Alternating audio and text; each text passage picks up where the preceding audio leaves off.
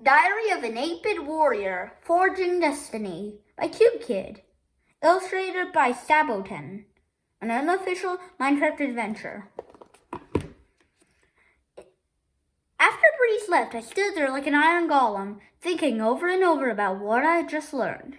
If everything I heard tonight is true, dark times are ahead. For me, for her. Our shoulders bear the weight of not only a village, but the entire world.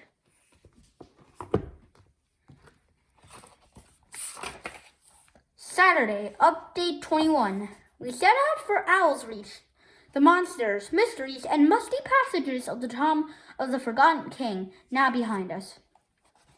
As I fiddled with the squishy glow moss, my mind wandered to Earth, to the advanced crafting table, and to the bizarre chain of events that had just occurred. Who could have guessed when I left Village Town that I'd be fighting bosses with Breeze, Pebble, and some mysterious human? Speaking of which, I bombarded Steve S., also known as Steve, with questions during the whole way back to town.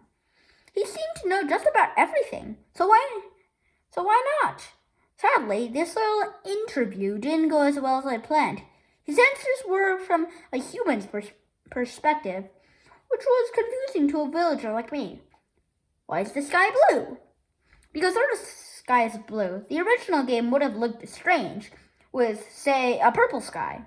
Oh, why do villager boys have big noses while villager girls have small ones? Entity was responsible for that, I think. He and a few others were working on a new server mod to make villagers more lifelike. This included villagers with different personalities, outfits, and genders. But after that, many of the players said the girl villagers looked strange. So Entity made their noses smaller and gave them hair. And then the scribes, a handful of people tasked with writing the history of the game world, added a paragraph about how villager boys shaved their heads as a tradition. And after the server crash, every last word the scribes originally wrote became real. You'll ask me, what's this about the crash? What happened? He went on to tell me that in the Earth year 2039, the world was facing imminent destruction. As the final hour approached, some of them chose to flee into VR, or virtual reality. Apparently, all they had to do was throw a helmet to be transported to another world. But that was just imaginary, an illusion. The world they had escaped to was this one, once known as the Aetheria server. After having spent thousands of hours in this virtual world, most of them had made countless friends, and they wanted to say goodbye. But they were all the most hardcore of game addicts. And they'd spent more time in Aetheria than their own reality. Not many of them even had friends in the real world. Some didn't even have family. So it was only fitting for them to spend their last moments in a world they cherished, surrounded by virtual friends. So what happened? I asked. Your world didn't end? The real one, I mean. We have no way of knowing. With the countdown approaching 0, those logged in lost conscious and eventually woke up in a different area.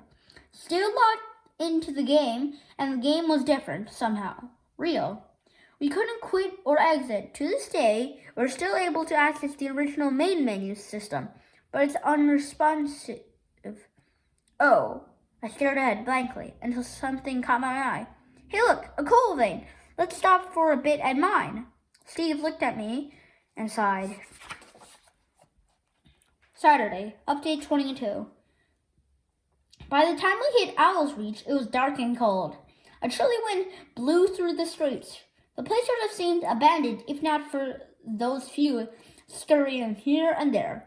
Even so, most of the shops were still open, their windows glowing cheerfully in the gloom.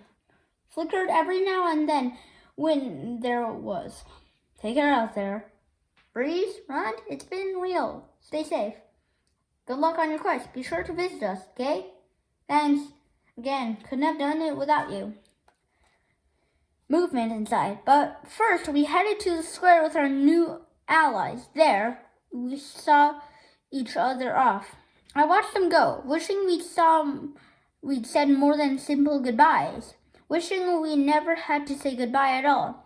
But they had their quest, and we had ours. Wouldn't nod at our backs. The two representatives of Team Runt walked straight to the blacksmith, or the Team Breeze after today.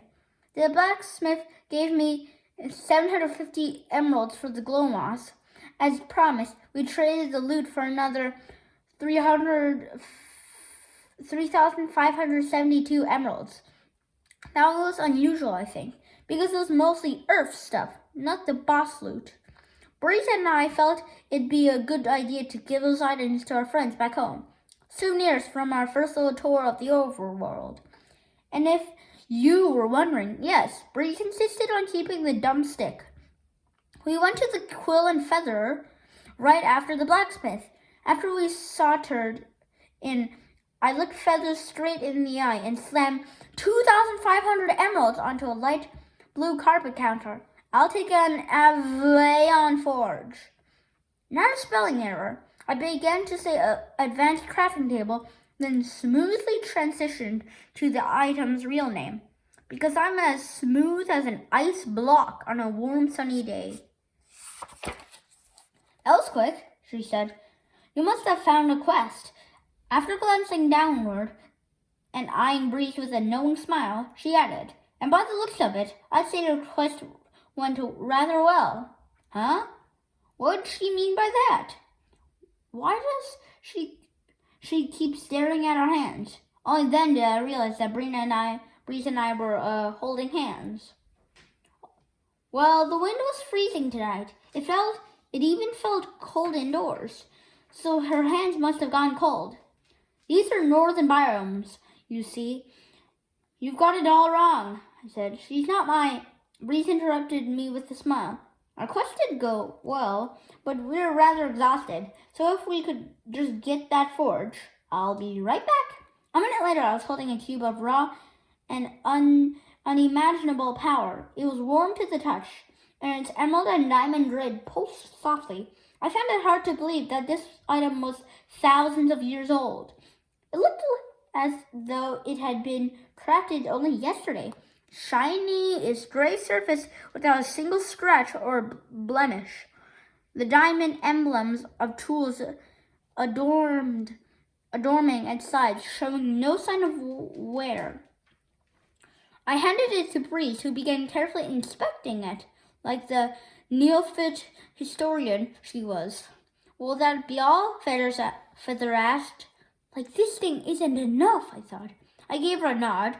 As Feather opened her mouth to deliver what I guess was the standard shopkeeper line, I beat her to the punch, saying it loudly and fast. Pleasure doing business with ya! Boom. She didn't know what to say to that, only closed her mouth and slowly blinked.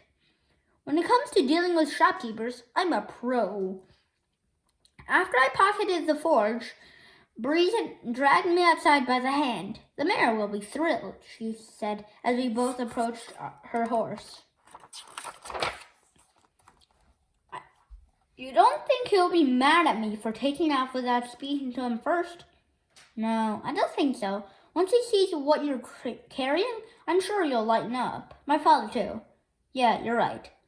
I felt such a relief. My mission was complete. All he had to do was hop into Shabis's saddle and head back home. Well, maybe not right away. It was getting late, and we had more than enough emeralds to spare for another night at that inn. If we wanted, we even had enough to buy a second horse in the morning, a breakfast fit for a king, and about 100 healing potions. Because, like I learned today, you can never have too many ways to keep up your health. I mentioned my plan to Breeze, who added taking another hot bath to the list.